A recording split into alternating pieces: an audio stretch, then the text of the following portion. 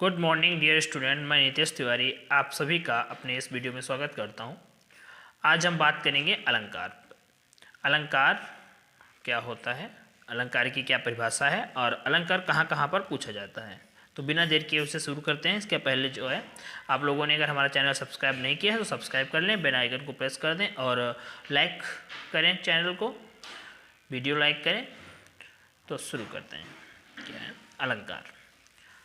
लिखा है परिभाषा इसकी, काव्य की शोभा बढ़ाने वाले कारकों को अलंकार कहते हैं। जब काव्य की कोई चीज, ऐसी चीजें जो जिनके माध्यम से शोभा बढ़ जाए, काव्य में क्या हो सकती हैं वो चीजें जिससे काव्य में शोभा बढ़ जाए। लय, तुक, ताल, छंद, कई चीजें होती हैं और उसमें ऐसे शब्द होते हैं जिनके शब्दों के माध्यम से उसकी क्या हो, शोभा बढ़ जाए। कुछ ऐसे अर्थ होते हैं जो अर्थ शब्द में आ जाए, काव्य में आ जाएं, उससे क्या होता है, उससे काव्य की शोभा बढ़ जाती है, अच्छी रचनाएं। तो ये सब क्या होता है, इससे काव्य की शोभा बढ़ती है और उन्हें क्या कहते हैं, अलंकार कहते हैं। तो काव्य की शोभा बढ़ाने वाले कारकों को हम क्या कहेंगे, अलंकार कहेंगे। ठीक है।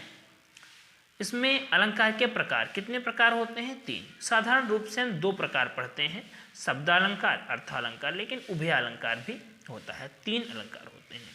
ये 9th और 10th, 11th और 12th, इन चारों क्लासों के लिए बहुत ही महत्वपूर्ण है और इस सेशन में हम धीरे धीरे एक न एक करके सभी अलंकारों पर बात करेंगे, उनकी परिभाषाएं, उनके उदाहरण और ये कहाँ कहाँ पर कौन कौन सा अलंकार किस क्लास में पूछा जाता है, इस पर बात करेंगे।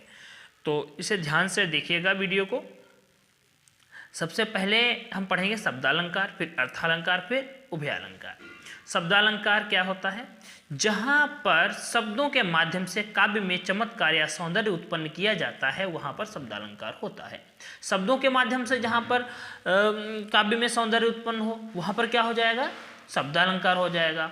और इसी तरीके से अगर अर्थालंकार को मैं देखूं तो अर्थों के माध्यम से जहाँ पर क्या होगा, चमत्कार या सौंदर्य उत्पन्न होगा, वहाँ पर अर्थालंकार हो जाएगा। ठीक है।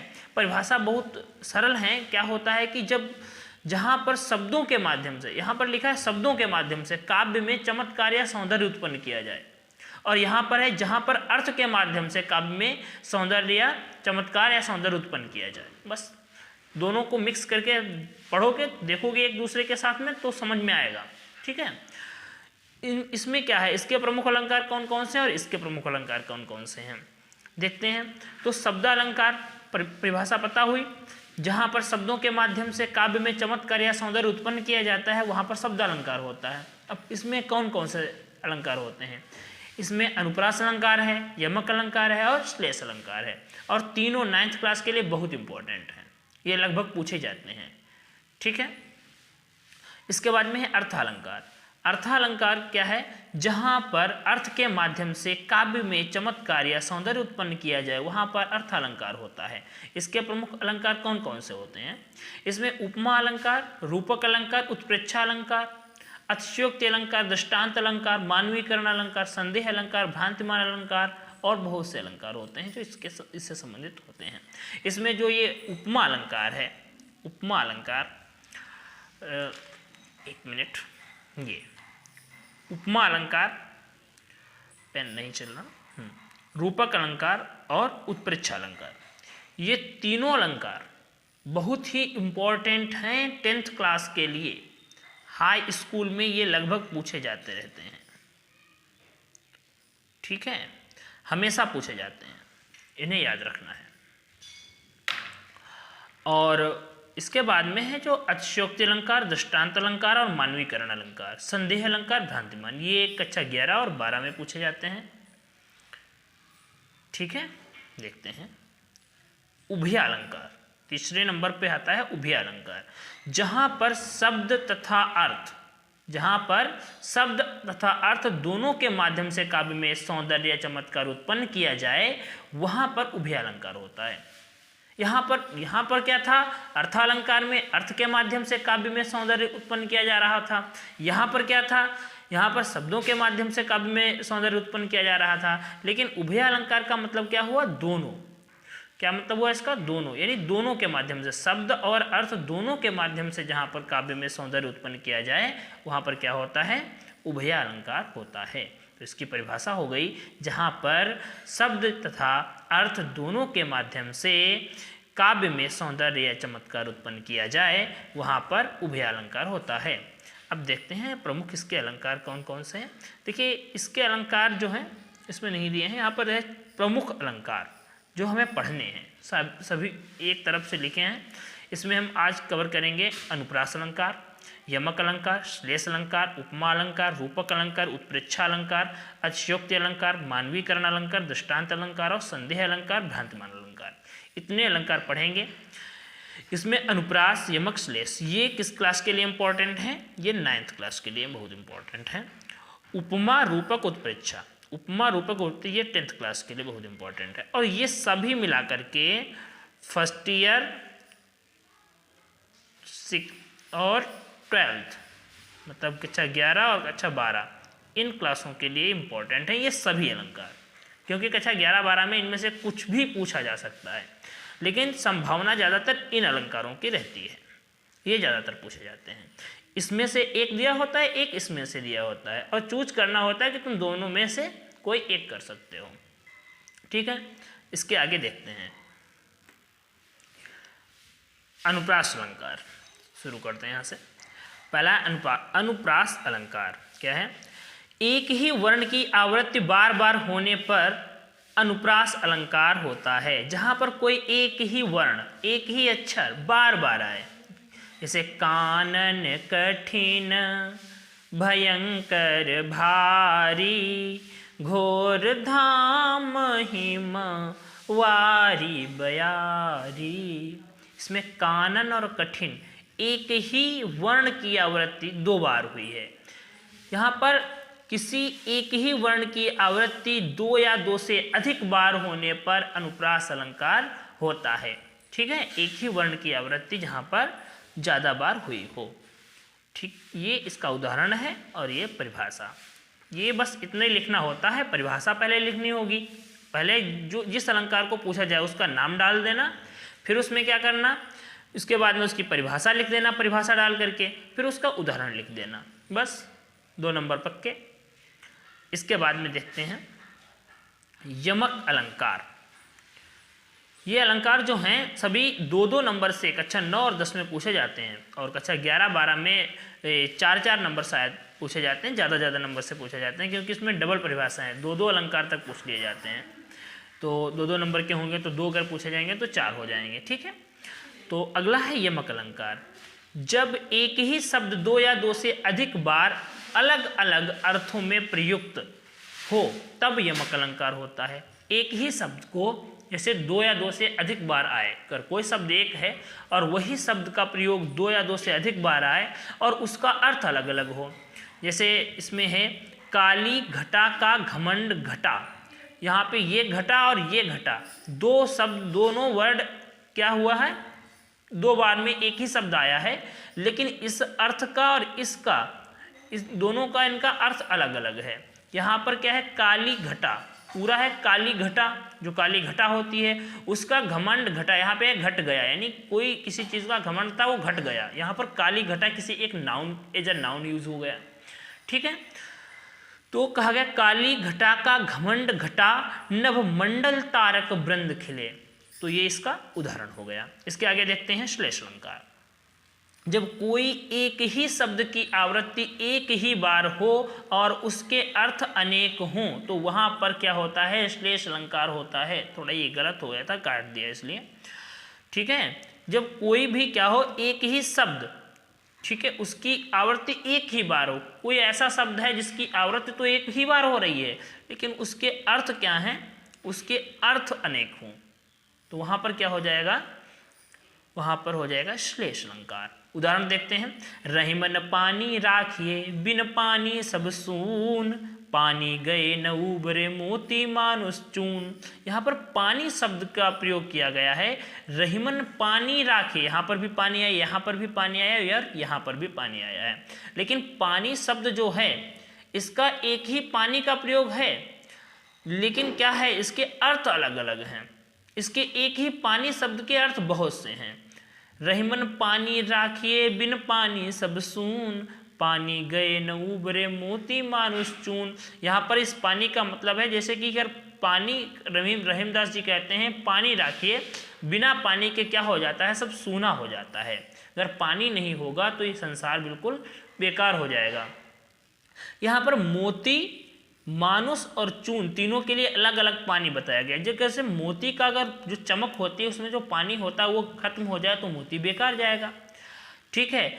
ऐसे मनुष्य, लोग कहते हैं अगर मनुष्य का पानी, कहते तुम्हारे अंदर का अगर पानी, तुम्हारे अंदर पानी नहीं रहा है, मतलब पानी रहने का मतलब है तुम्हें शर्म नहीं रही है कतई, तो अगर पानी मर जाएगा, दीदे का पानी, ठीक है। और इस तरीके से चूना, चूना में भी पानी होता है, अगर पानी ना रहे तो चूना बेकार जाएगा। तो पानी शब्द का प्रयोग किया गया, इसलिए श्लेष अलंकार का उदाहरण है। इसके आगे देखते हैं उपमा अलंकार। ये तीनों अलंकार जो थे यहाँ पर अनुप्रास अलंकार, यमक अलंकार और श्लेष अलंकार, ये 9th क्लास के लिए बहुत ही महत्वपूर्ण है और इन्हें सही से याद कर लीजिएगा। कक्षा 10 वाले देखें, उनके लिए है उपमा अलंकार, बहुत इंपॉर्टेंट। इसमें है जहाँ पर उपमेय में उपमान की समानता की जाए वहाँ पर उपमा अलंकार होता है, ठीक है। उपमेय में उपमान की, एक व्यक्ति यहाँ पर उपमेय है, एक यहाँ पर उपमान है, और दोनों की समानता की जाए, जब कहा जाए कि ये वाला पेन इस वाले पेन के समान है, यानी दोनों एक जैसे दिखते हैं, एक जैसे हैं, ये व्यक्ति एक इस व्यक्ति के जैसा है, वहाँ पर क्या हो जाएगा, उपमा अलंकार हो जाएगा। जैसे उदाहरण है पीपर पात सरिस मन डोला, पीपल के पत्ते के समान क्या है, मन है, डोल रहा है। जो मन कितना, जिस मन तो चंचल होता ही है, वो कभी इसमें लग गया कभी उसमें लग गया। इसी तरीके से पीपल का पत्ता है, हल्की सी भी हवा ना हो फिर भी हल्का सा पत्ता हिलता रहता है, ठीक है। तो दोनों की पत्ते की, जो पीपल का पत्ता है उसकी और मन की समानता एक दूसरे के साथ की गई है। अगला अलंकार है रूपक अलंकार। रूपक अलंकार क्या होता है, जहां उपमेय में उपमान का भेद रहित आरोप हो वहां रूपक अलंकार होता है, ठीक है। जहां उपमेय में उपमान का भेद रहित आरोप कैसे होगा, इसमें उदाहरण दिया है, गिरा अनिल मुख पंकज रोंकी, प्रगट न लाज निशा अवलोकी। यहाँ पर किसी का रूप ही बताया जाता है। इसका एक उदाहरण होता है, उदित उदय गिरि मंच पर, रघुवर बाल पतंग, बिकसे संत सरोज सब, हर से लोचन भृंग, ठीक है। तो ये भी उदाहरण है इसका। अगला अलंकार है उत्प्रेक्षा अलंकार। उत्प्रेक्षा अलंकार क्या होता है, जहां उपमेय में उपमान की संभावना की जाए वहां उत्प्रेक्षा अलंकार होता है। उपमेय में उपमान की संभावना की जाए, केवल मान लिया जाए, हो या ना हो, बस उसकी संभावना की जाए। इसमें इसके जो शब्द होते हैं, 2-3 शब्द ऐसे, जैसे मनव, मनव, मान लो किसी चीज को, जैसे मानव, मनु मानो, जन जानो, ये शब्द होते हैं। इसकी पहचान है उत्प्रेक्षा अलंकार की। कहीं कहीं पर ये शब्द अगर हो किसी उदाहरण में तो वहाँ पर भी क्या होता है, उत्प्रेक्षा अलंकार होता है। जैसे सोहत ओढ़े पीत पटु श्याम सलोने गात, मनहु नील मन शैल पर आतप पर्यो प्रभात। मानो नील मन शैल पर, यहाँ पे मान लीजिए कि ऐसा है, इस स्थिति में क्या होता है, उत्प्रेक्षा अलंकार होता है। तो ये तीनों अलंकार कक्षा 10 वालों के लिए बहुत ही महत्वपूर्ण हैं, ये उपमा, रूपक और उत्प्रेक्षा, ठीक है। इन्हें सही से याद कर लीजिएगा। आगे देखते हैं, अगला है अतिशयोक्ति अलंकार। अतिशयोक्ति अलंकार में क्या होता है, जहां पर किसी बात को बहुत बढ़ा चढ़ाकर प्रस्तुत किया जाए वहां पर अतिशयोक्ति अलंकार होता है। कई लोगों को देखा होगा, वो बहुत बढ़ा चढ़ा करके अपनी बोलते रहते हैं, तो वो क्या करते हैं, वो अतिशयोक्ति करते रहते हैं। वही अलंकार क्या हो जाता है, अतिशयोक्ति होता है। कैसे, उसका उदाहरण है, करी बिरह सीतऊ गेल न छाड़त नीचू, दीन हूँ चश्मा चखनू चाहे लहे न मीचू। मतलब मृत्यु क्या कर सकती है, चश्मा, उसकी जो नायिका की ऐसी विरह दशा हो गई है, वो चश्मा लगा करके भी मृत्यु से नहीं ढूंढ पाएगी, ये स्थिति आ गई है। तो इतना अतिशयोक्ति कर दी गई है काव्य में, इसे अतिशयोक्ति अलंकार कहते हैं। अगला है मानवीकरण अलंकार, बहुत इंपॉर्टेंट अलंकार है, कई बार परीक्षाओं में पूछा जाता है। ये अलंकार ज़्यादातर कंपटीशन में भी पूछे जाते रहते हैं और साथ में जो है कक्षा 11-12 के लिए इम्पोर्टेंट हैं। ठीक है, 9 और 10 में ये नहीं पूछे जाएंगे। लिखा है मानवीकरण अलंकार, जहाँ पर प्राकृतिक चीज़ों में मानवीय भावनाओं के होने का वर्णन किया गया हो, वहाँ पर मानवीकरण अलंकार होता है। जैसे कक्षा 9-10 में शायद है, नहीं शायद 11 में हो, ध्यान नहीं आ रहा कुछ, संध्या सुंदरी एक पाठ था काव्य में, तो उसमें जो है शाम के बारे में बताया जाता है कि संध्या कैसे कैसे ढल रही है। किसी भी प्राकृतिक चीज़ को क्या होता है यहाँ पर मानव का रूप दे दिया जाए। जैसे क्या लिखा है, फूल हंसे कलियाँ मुस्काई, फूल हंस रहे हैं और कलियाँ क्या कर रही हैं, मुस्करा रही हैं, तो ये क्या हो गया, यहाँ पर मानवीकरण अलंकार हो गया। जैसे लिखा है कलियाँ दरवाजे खोल खोल, कलियाँ दरवाजे खोल खोल जब झुरमुट में मुस्काती हैं। ठीक है, कलियाँ दरवाजे खोल खोल जब झुरमुट में मुस्काती हैं। कलियों को बताया जा रहा है कि जैसे कोई स्त्री हो, जैसे कोई मानव हो, वो क्या कर रहा है, दरवाजे खोल खोल करके क्या करता है, मुस्करा रही हो। तो प्राकृतिक चीज़ों को जब मानवीय रूप प्रदान किया जाए काव्य में, तो वहाँ पर क्या होता है, मानवीकरण अलंकार होता है।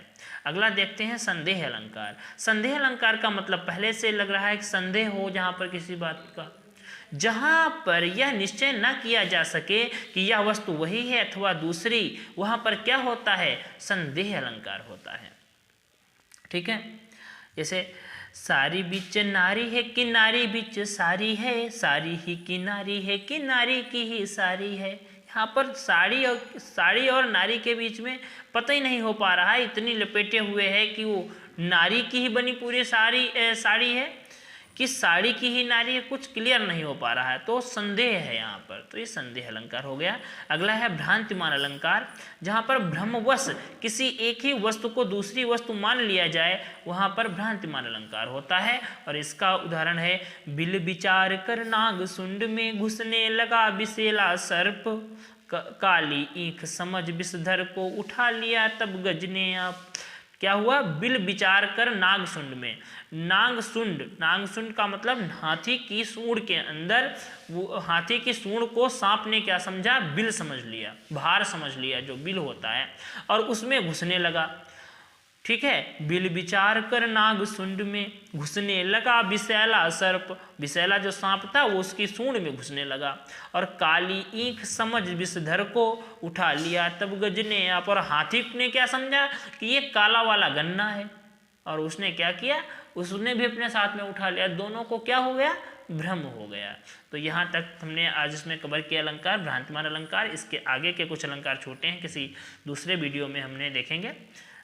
बस यहीं तक आज का वीडियो है। धन्यवाद आप सभी लोगों का हमारा वीडियो देखने के लिए, और इसे ध्यान से समझें, पढ़ें, और जो चीज़ न समझ में आए कमेंट बॉक्स में कमेंट कर सकते हैं। इसके आगे वाला वीडियो जो आएगा वो छंद का होगा, और अगर आप लोगों को ज़रूरत हो तो आप लोग कमेंट में लिखिएगा, मैं इसके आगे का भी, इसमें जो कुछ अलंकार छोटे हैं वो भी कवर कर लूँगा। ठीक है, धन्यवाद।